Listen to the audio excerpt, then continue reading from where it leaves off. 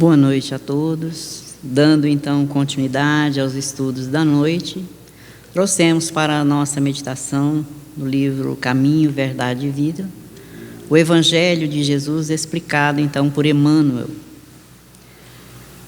O texto é de Mateus, a anotação de Mateus, no capítulo 26 e versículo 58, e diz: E Pedro o seguiu de longe, até o pátio do sumo sacerdote. E entrando, assentou-se entre os criados para ver o fim. Então, aqui, quando Jesus foi levado até a casa do sumo sacerdote Caifás, Pedro o seguiu de longe. E ficou entre os criados de longe para ver o que aconteceria. E Emmanuel, então, explica esse pequeno texto do Evangelho. Diz Emmanuel: o fracasso, como qualquer êxito, tem suas causas positivas. A negação de Pedro sempre constitui assunto de palpitante interesse nas comunidades do cristianismo. Enquadrar-se-ia a queda moral do generoso amigo do mestre num plano de fatalidade? Será que seria uma fatalidade Pedro negar Jesus? Por que se negaria Simão a cooperar com o Senhor em minutos tão difíceis? O útil nesse particular é o exame de sua invigilância. O fracasso do amoroso pescador reside aí dentro, na desatenção para com as advertências recebidas. Durante o tempo em que Jesus esteve com seus discípulos, ele repassou toda a mensagem do amor, da compreensão, da tolerância, vivenciando-as junto com seus discípulos. Então aqui Emmanuel nos diz que foi a desatenção desses ensinamentos que levou Pedro a negá-lo. Grande número de discípulos modernos participam das mesmas negações em razão de continuarem desatendendo. Então aqui Emmanuel já fala conosco, porque todos somos conhecedores do Evangelho. Será que nós atendemos a todas as orientações de Jesus para que conquistemos dentro de nós a paz, a serenidade, o equilíbrio das nossas emoções, para que aprendamos a amar uns aos outros como irmãos que somos? Será que nós colocamos tudo o que Jesus nos ensina através dos seus evangelhos, não escrito por ele, mas pelos os nossos irmãos, anotação de Mateus, Pedro, Marcos e tantos outros, Lucas, Paulo? Então nós temos um material muito vasto de orientação para que vivamos em paz com todos. Será que nós colocamos em prática todos esses conhecimentos, ou estamos invigilantes, como aconteceu aqui com Pedro, cometendo as mesmas falhas do ontem, de outras existências? Continua Emmanuel nos dizendo: informa o Evangelho que naquela hora de trabalhos supremos, Simão Pedro seguia o mestre de longe. Ficou no pátio do sumo sacerdote e assentou-se entre os criados deste para ver o fim. Leitura cuidadosa do texto esclarece-nos o entendimento e reconhecemos que ainda hoje muitos amigos do Evangelho prosseguem caindo em suas aspirações e esperanças por acompanharem o Cristo à distância, receosos de perderem gratificações imediatistas, quando chamados a testemunho importante Demoram-se nas vizinhanças da arena de lutas redentoras entre os servos das convenções utilitaristas, nome difícil, assentando binóculo de exame, a fim de observarem como será o fim dos serviços alheios. Então traz aquela meditação para olharmos para dentro de nós. Assim também agimos. E não vamos falar fora de casa, vamos falar dentro do nosso lar, que é o lugar mais precioso e mais perfeito para aplicarmos em nós as lições que Jesus nos traz. Aprendermos a nos amar como irmãos, dentro do lar. Quantos lares nós vemos destruídos pela falta de amor, de compreensão? Quantos filhos são jogados fora do lar porque os pais não aprenderam a ter essa tolerância, esse amor, a compreensão? Então está difícil? A gente manda embora, seguir o seu rumo, quando nós somos os responsáveis para auxiliá-los. Porque não nos lembramos, mas em outras existências fomos nós a ensinar-lhes o caminho errado. E hoje voltam como os nossos filhos para agora conduzi-los no caminho correto. Mas ainda a falta de amor em nossos corações, fazemos tudo ao contrário. A invigilância dos ensinamentos de Jesus, que ainda trazemos de nós, como o nosso irmão Pedro. E Emmanuel nos diz, finalizando esse capítulo: todos os aprendizes nestas condições naturalmente fracassarão e chorarão amargamente. Então, como vimos ainda há pouco, ao retornarmos à pátria espiritual e rever todo o nosso programa de vivência aqui uns com os outros, e ver que não realizamos aquilo que nós nos comprometemos para auxiliar aqueles que lá no ontem nós os desviamos dos caminhos retos, nós vamos chorar amargamente, porque temos as orientações seguras, porque o Evangelho de Jesus é roteiro seguro para as nossas vidas, mas nós não seguimos essas orientações. Nós queremos a coisa mais fácil, mais cômoda, e esquecemos então de vivenciar o que Ele viera nos ensinar para que conquistássemos dentro de nós mesmos a paz da consciência, do dever cumprido, para conquistarmos o amor em nossos corações, amar a todos indistintamente. Nós não amamos a todos. A gente diz que ama os nossos irmãos, até que eles nos firam. Que no momento em que eles falem alguma coisa que nos maltrata, a gente já deixa de amar.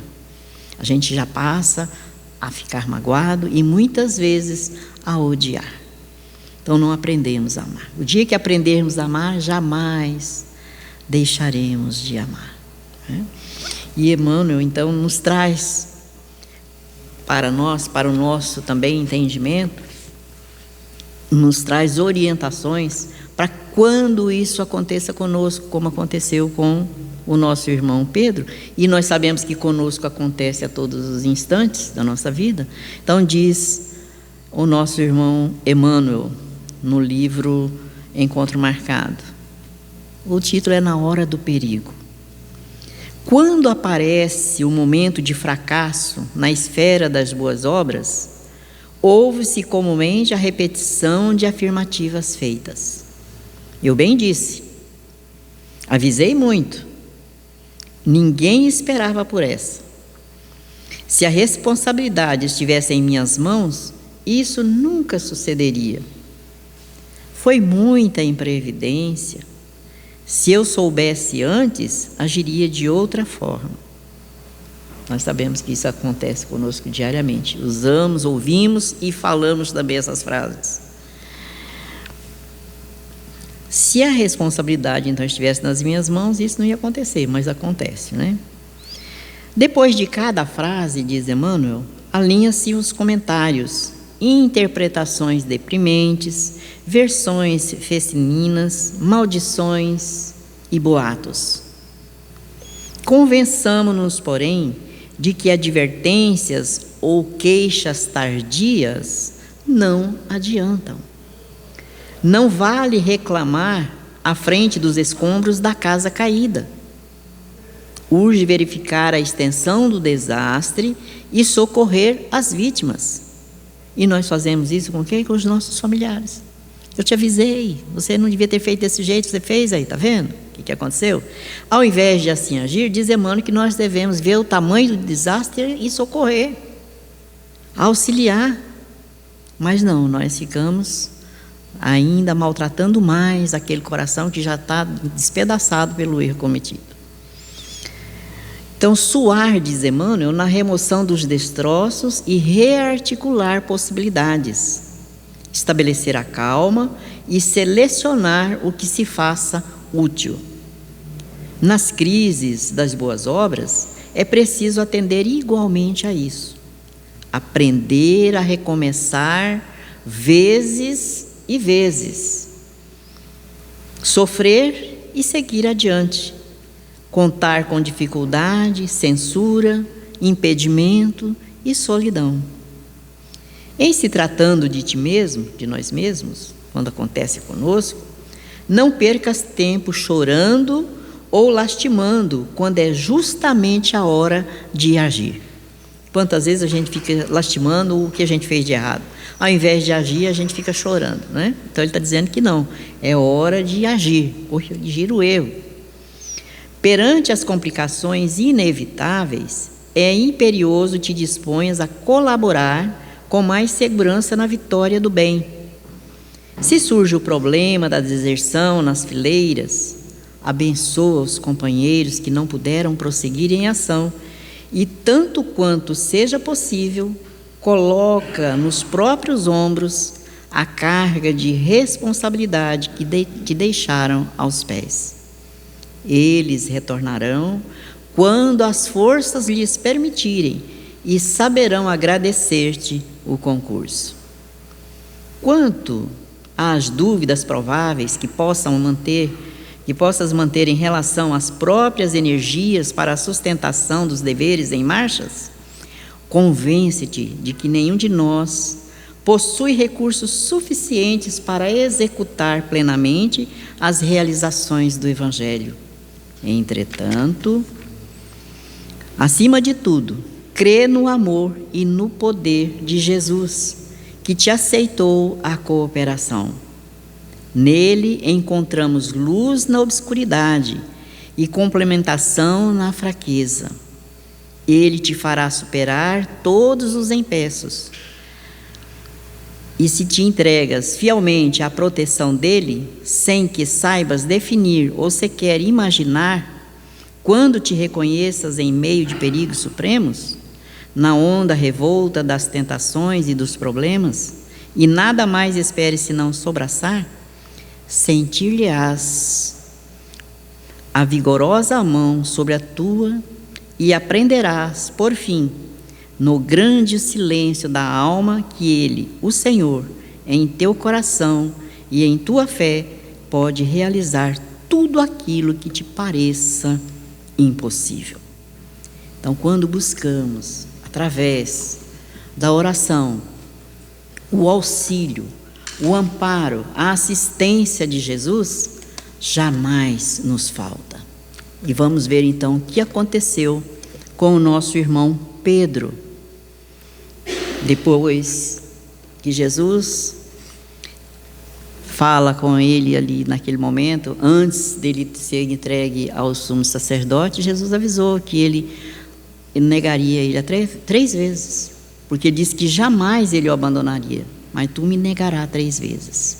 Então, depois de tudo isso, veio aquela parte lá do tempo Pentecoste, e vamos ver aqui então nas hesitações de Pedro, era o nome da lição. Diz aqui o nosso irmão X, nos contando essa história. Logo depois que se estabeleceram os apóstolos em Jerusalém, em seguida às revelações do Pentecoste, Ia o serviço de assistência social maravilhosamente organizado, não obstante as perseguições que se esboçavam, quando a casa acolhedora dirigida por Simão Pedro foi procurada por infeliz mulher. Trazia consigo todos os estigmas das pecadoras. Fora lapidada e exibia manchas sanguinolentas na roupa e em frangalhos. Pronunciava palavras torpes, revelava-se semilouca e doente. As senhoras do reduto cristão retraíram-se alarmadas. E o próprio Simão Pedro, que recebera preciosas lições do Senhor, vacilou quanto à atitude que lhe seria adequada. Como haver-se nas circunstâncias? Destinava-se aquele abrigo ao recolhimento de criaturas desventuradas. Entretanto, como classificar a triste posição daquela mulher que naturalmente buscara o vaso da angústia nos excessos gozos da vida? Nos excessivos gozos da vida?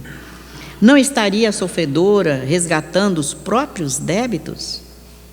Não bebera com loucura na taça dos prazeres, a rogar-lhe que se afastasse do asilo? Quando recordou a necessidade, então, de orar. Se o caso era omisso nas disposições que regiam o Instituto Fraterno, tornava-se imperioso consultar a inspiração do Messias. O mestre lhe ditaria o recurso. Buscar-lhe-ia, por isso, o conselho na prece ardente. Enquanto a infortunada aguardava a resposta sob o apuplo de pequena multidão que lhe contemplava as feridas, o apóstolo buscou a solidão do santuário doméstico e exorou a proteção do amigo divino que fora crucificado. Em breves instantes, viu Jesus, mimbado de claridade resplandecente, não longe de suas mãos, que se estenderam suplicantes. Mestre, rogou Pedro, atacando diretamente o assunto como quem sabia da brevidade daqueles momentos inesquecíveis. Temos à entrada uma pecadora reconhecidamente entregue ao mal. Ajuda-me, inspira-me, que farei? Salvador entreabriu os lábios sublimes e falou: Pedro, eu não vim curar os sãos. O discípulo entendeu a referência, mas ponderando a grave responsabilidade de quem administra, acentuou: Senhor, estamos agora sem tua orientação direta e visível. Recebê-la-emos neste lar para quê? A fim de julgá-la? Com o mesmo olhar sereno, Jesus replicou: Nesse mister permanecem na terra numerosos juízes. Para fazer-lhe sentir a extensão dos erros? Indagou Simão em lágrimas. Não, Pedro, tornou o mestre. Para dar-lhe conhecimento da penúria em que vive, conta nossa irmã nas vias públicas milhares de bocas que amaldiçoam e outras tantas mãos que apedrejam. Para conferir-lhe a noção do padecimento em que se mergulhou por si mesma? Também não. Em tarefa ingrata como essa, vivem aqueles que a exploram, dando-lhe fome e sede, pranto e aflição. Para dizer-lhe das penas que a esperam neste e no outro mundo? Ainda não. Nesse labor terrível, respiram os espíritos acusadores, que não hesitam na condenação em nome do Pai, olvidando as próprias faltas. O ex-pescador de Cafarnaum então chorou súplice, porque no íntimo desejava conformar-se com os ditames da justiça, exemplificando simultaneamente com o amor que o Cristo lhe havia legado.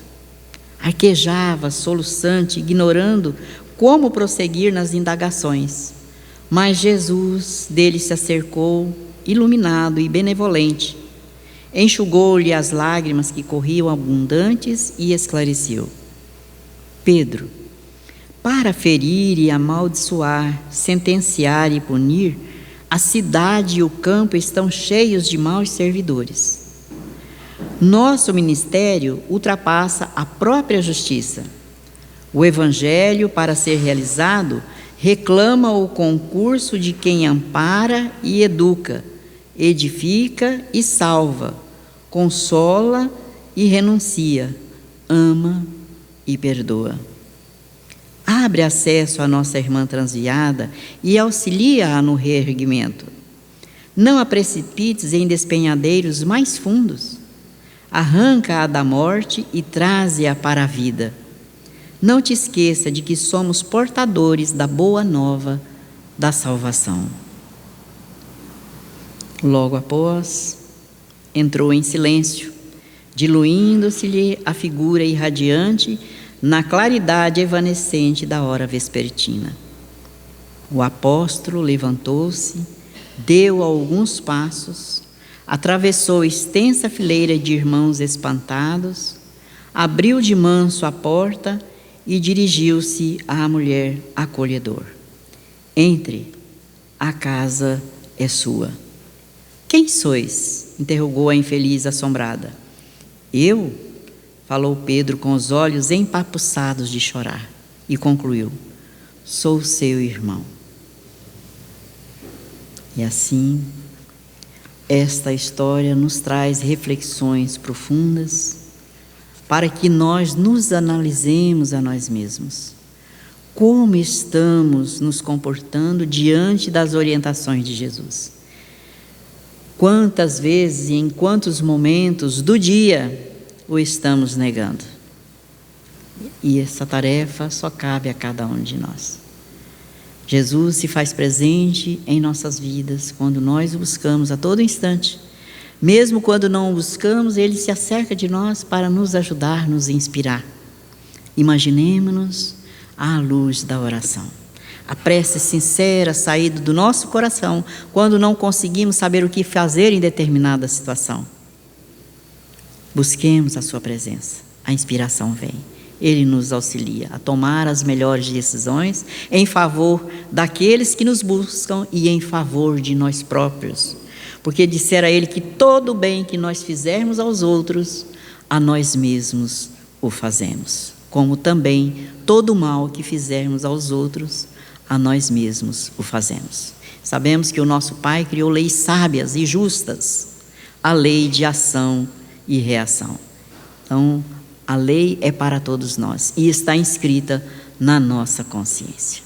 Que Deus nos abençoe, Jesus continue nos inspirando e nos auxiliando a colocar em prática os seus ensinamentos, para que possamos ser felizes, para que possamos amar a todos, mesmo diante da dor, do sofrimento do outro, nós podermos sermos capazes de auxiliá-los, sem condenação, sem cobranças, mas fazer aquilo que temos de melhor dentro de nós, para auxiliar como se fora a nós mesmos.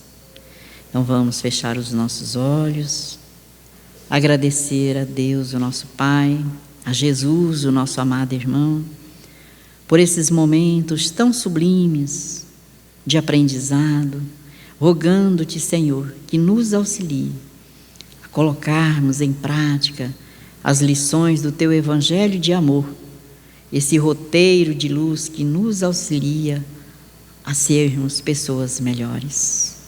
Diante das dificuldades, possamos buscar em Ti, Jesus, o recurso necessário, o amparo e a assistência que muitas vezes não conseguimos de nós mesmos, mas sabemos que a Tua presença se faz quando nós o buscamos. Assim te rogamos que abençoe a todos nós, fortaleça-nos com o bom ânimo, com a boa vontade, envolvendo todos nós aqui presentes, os nossos familiares, os nossos lares, amparando e abençoando os nossos irmãos que se encontram enfermos em seus lares ou nos hospitais. Abençoa o nosso país, os nossos governantes e todos os países do nosso planeta Terra. Abençoa e ampara a todos, hoje, agora e sempre, Senhor, que assim seja.